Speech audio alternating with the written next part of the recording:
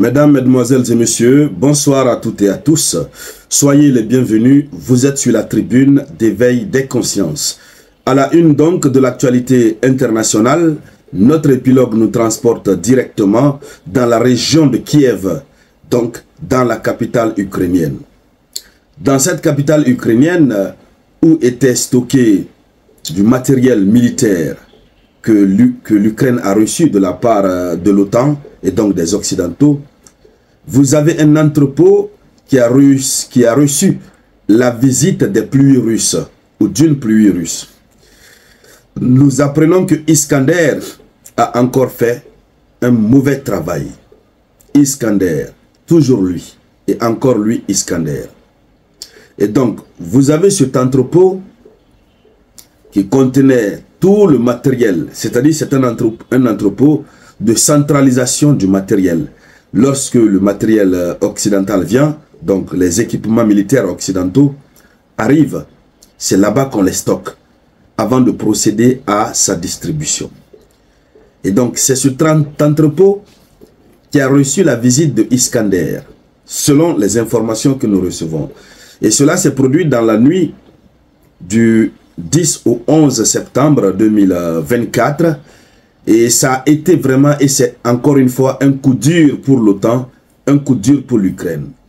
Même si aujourd'hui, en ce 11 septembre 2024, l'actualité est en train de tourner beaucoup plus autour de ce que l'OTAN peut apporter comme soutien à l'Ukraine en termes d'autorisation, en termes de calendrier militaire de l'Ukraine, mais au-delà, l'OTAN s'est réveillé avec une forte déception en apprenant cela. Ce qui fait d'ailleurs que la destruction de cet entrepôt, presque aucun média occidental n'en parle pour le moment. Pour le moment, il n'en parle pas. Et vous connaissez, c'est ça la stratégie. C'est la communication de guerre. Voilà. Généralement, lorsqu'il y a suffisamment d'actions négatives qui sont posées par la Russie vis-à-vis de l'OTAN, presque c'est silence radio. C'est pourquoi nous prenons le temps de relayer toutes les informations, oui, en temps réel, ici sur la tribune d'éveil des consciences. Puisque si vous continuez de vous fier de ces médias, alors là, il y a de certaines informations que vous ne recevrez jamais. Et donc, mesdames, mesdemoiselles et messieurs, avant de continuer dans les profondeurs de la vidéoconférence, je vous demande à toutes et à tous de sécuriser la vidéoconférence à travers les j'aime. Mettez beaucoup de j'aime, mettez beaucoup de commentaires, notamment notre slogan politique. Mais surtout, cliquez ici sur le bouton partager pour partager la vidéoconférence au maximum. Partagez-la tant que vous pouvez. Alors, allons-y donc dans les profondeurs. Qu'est-ce qui s'est réellement passé? Oui, qu'est-ce qui s'est réellement passé? C'est un coup dur pour l'OTAN.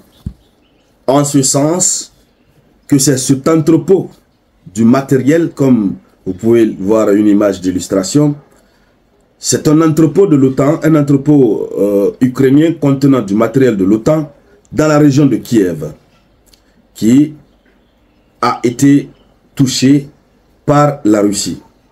Donc, les troupes russes ont donc lancé une frappe ciblée sur des cibles dans la région de Kiev, où étaient concentrés les équipements de l'OTAN. Et ce qu'il faut mentionner, c'est que ces équipements ont récemment été importés. Ce sont des équipements qui viennent nouvellement d'arriver.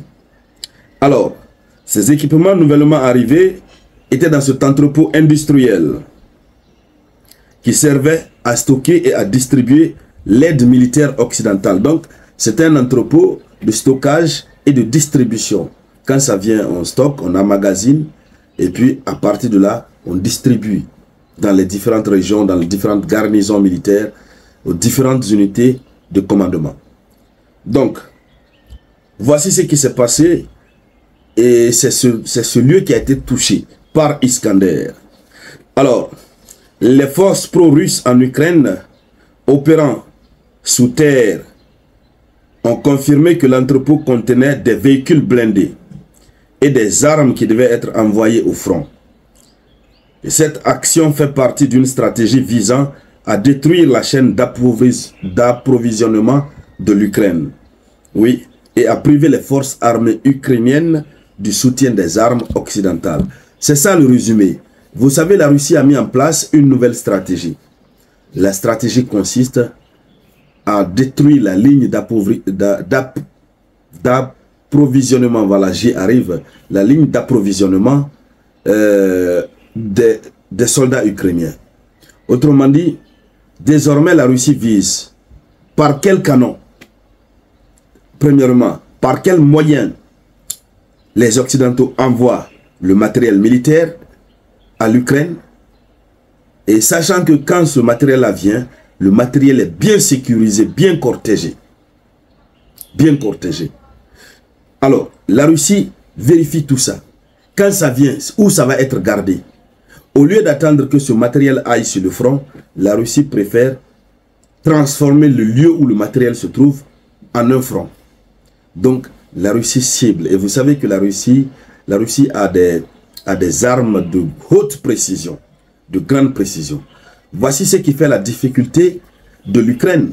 C'est pourquoi l'Ukraine ne cesse de demander de l'aide aux Occidentaux en leur disant d'accepter évidemment de valider que eux aussi qu'ils puissent utiliser les missiles Atakam, les missiles Jassam, pour que eux aussi qu'ils puissent tirer avec précision sur le territoire russe.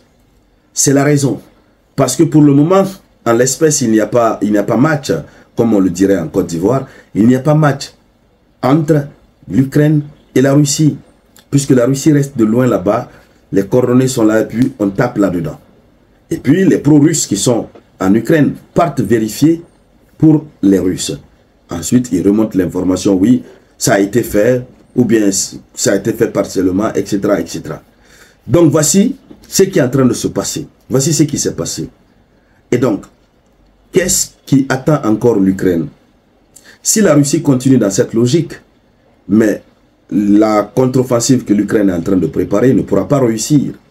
Parce que ce qui vient de se passer, c'est un coup dur. Imaginez, c'est un entrepôt de stockage. Tout ce qui vient, c'est là-bas on met. Donc ça veut dire c'est la tête, c'est la source. Alors, qu'est-ce que les Occidentaux vont faire? Ils seront simplement obligés de faire venir encore de nouveaux matériels, de nouveaux équipements de guerre, avec la grande crainte que le même sort ce qui est arrivé à ce matériel qui était à l'entrepôt, que ce sort ne puisse pas se retourner contre le nouveau matériel qui viendra. Donc, mesdames, mesdemoiselles et messieurs, voici ce qu'il faut dire à ce sujet. Et à noter que les Occidentaux se sont prononcés en fin de compte sur cette affaire d'autorisation de Kiev à frapper la Russie en profondeur. Dans une prochaine vidéoconférence, nous parlerons de cela tout à l'heure. Merci donc à toutes et à tous. Merci de partager la vidéoconférence au maximum. Je vous reviens tout à l'heure avec de nouvelles actualités. C'était la voix de votre unique samouraï.